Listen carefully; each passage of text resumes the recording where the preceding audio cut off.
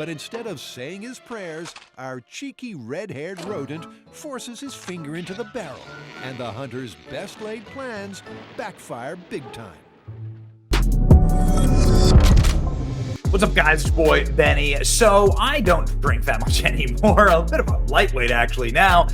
Fatherhood will do that to you. But back in my younger days, I would have one too many adult sodas, and sometimes I'd pick a fight. Now, the worst feeling in the world is picking a fight and then realizing that your friends aren't there to back you up, and that you're left all alone, and that you're going to get your ass kicked. And that is exactly the feeling that Shenna Bellows of Maine is feeling right now. The Secretary of State of Maine, who picked a fight with the worst possible person, Donald Trump, picked a fight with the undisputed heavyweight champion of the world, Donald Trump, and everybody has Trump's back and nobody has her back. She's being impeached right now. Republican lawmaker in Maine files impeachment articles against the Secretary of State, Shenna Bellows, after a unilateral decision to disqualify Trump, even though she's not a lawyer, okay? But it gets much, much worse. You'd expect Republicans to act like this, but ladies and gentlemen, what about the Republicans who voted against Donald Trump in the impeachment for insurrection, right? So get a load of this. Susan Collins, who voted to convict Trump, the second impeachment, has condemned the decision to take Trump on the ballot. Senator Angus King, who caucuses with the Democrats, he says he's an independent, but he's a Democrat, is condemning the decision. Jared Golden, who's a Democrat congressman, has condemned her decision. So all the Democrats are now turning on Angus King, and Susan Collins is effectively a Democrat anyway. So Democrats are turning on her. She's got no friends here. Nobody is backing her up, ladies and gentlemen.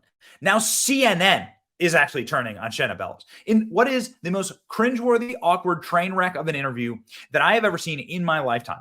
CNN had Shenna Bellows on, and just, it'll make your skin crawl when you watch this. But first, ladies and gentlemen, check this out. This is the legal analyst analyzing Shenna Bellows' decision on CNN. CNN has just been destroying her. This is hysterical. So senior analyst Eli Honig, Maine Secretary of State Shenna Bellows removing Trump, she based her ruling on YouTube clips. She's not a lawyer, by the way. This is amazing. Check this out. Destruction on the airwaves of CNN. Were the processes, were these hearings fair? Did they comport with due process? And I think there's a question there with regard to what Maine did, because if you look at the hearing, and she details this in the ruling, they heard from one fact witness, a law professor. She based her ruling on a lot of documents, but also YouTube clips, news reports, things that would never pass the bar in normal court. She's not a lawyer, by the way. It's a smartly written decision, clearly consulted with lawyers, but this is an unelected. She's chosen by the state legislature. She's elected by the state chosen, elected by the legislature, but not democratically elected. Not a knock. That's just the way it's set up in Maine.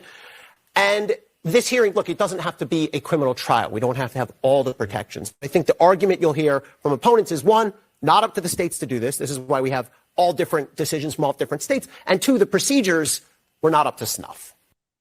So, ladies and gentlemen, you have the cringiest interview ever on camera. CNN was not done yet. I mean, what is it like when you're a Democrat and you think you finally got Orange Man, and so you go trot over to CNN and they just absolutely pistol whip you? All the Democrats in your state turn against you.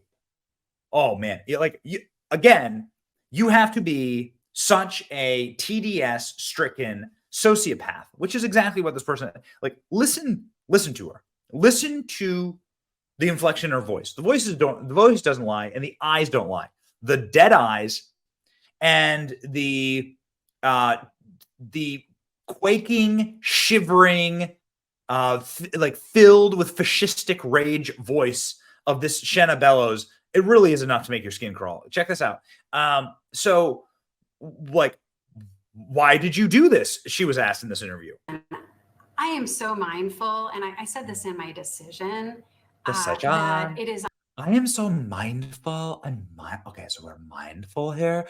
I am effectively f***ing over the Constitution of the United States and saying that I myself am a dictator. I'm deciding myself as one person who's not a lawyer, who wasn't elected.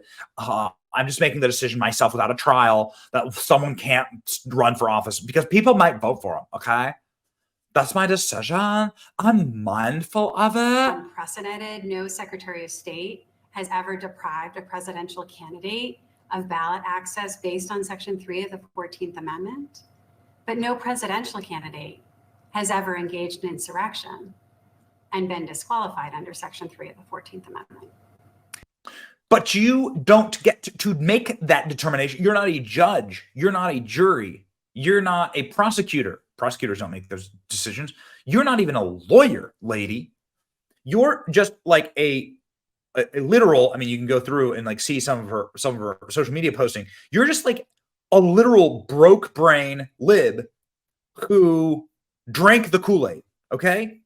You just drank the Kool-Aid and you have like that creepy fascistic little smile, those dead eyes like a great white shark, blackened soul, and you got an axe to grind because you actually got your ass kicked when you actually stood for an election. Susan Collins beat you in every single county in all of Maine.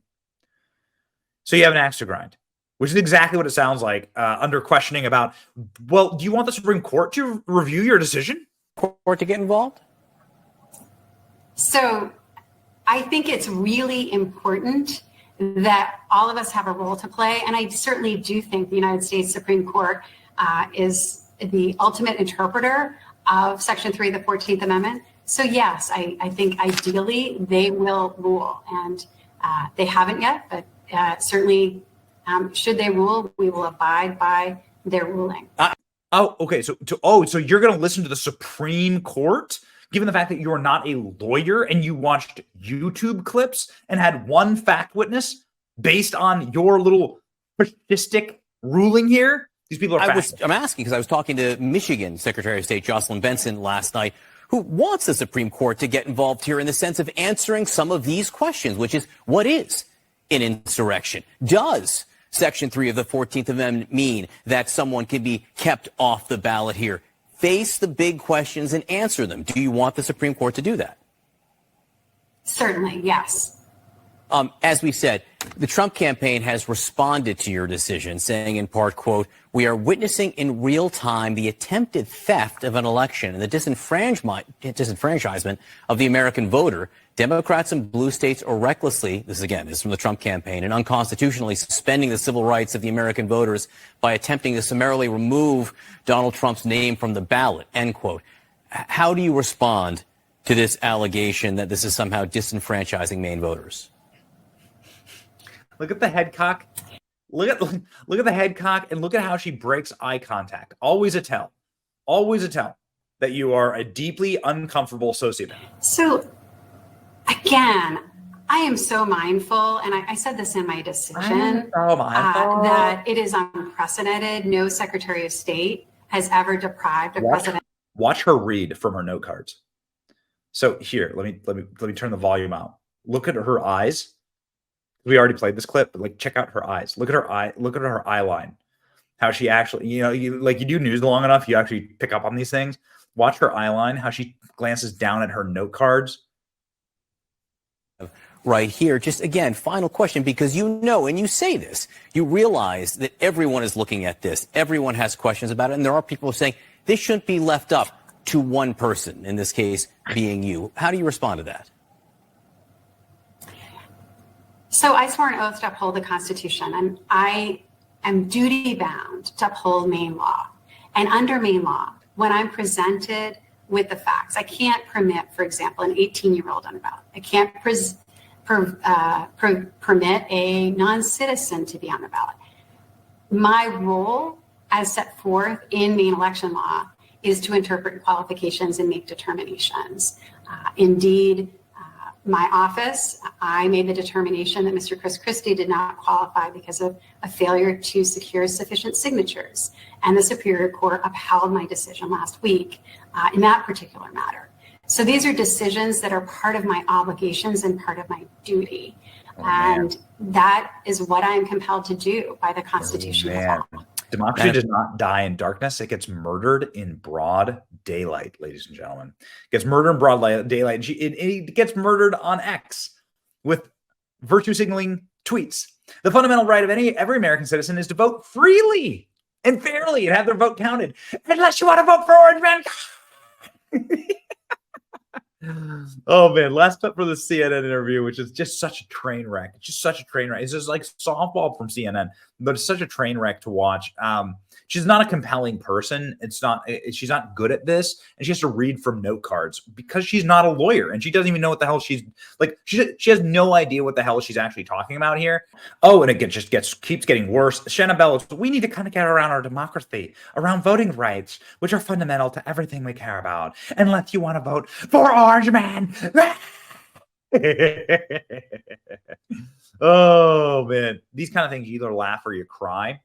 We choose to laugh. They're clowns. This is all backfiring. Donald Trump will win because of this stuff. Maybe Donald Trump wasn't going to win, but then they started pulling this kind of shit, and now it's like I don't want to say guaranteed. I'm just trying to tell you that things are looking really, really good because of this. It's called the "don't walk on the grass" fallacy.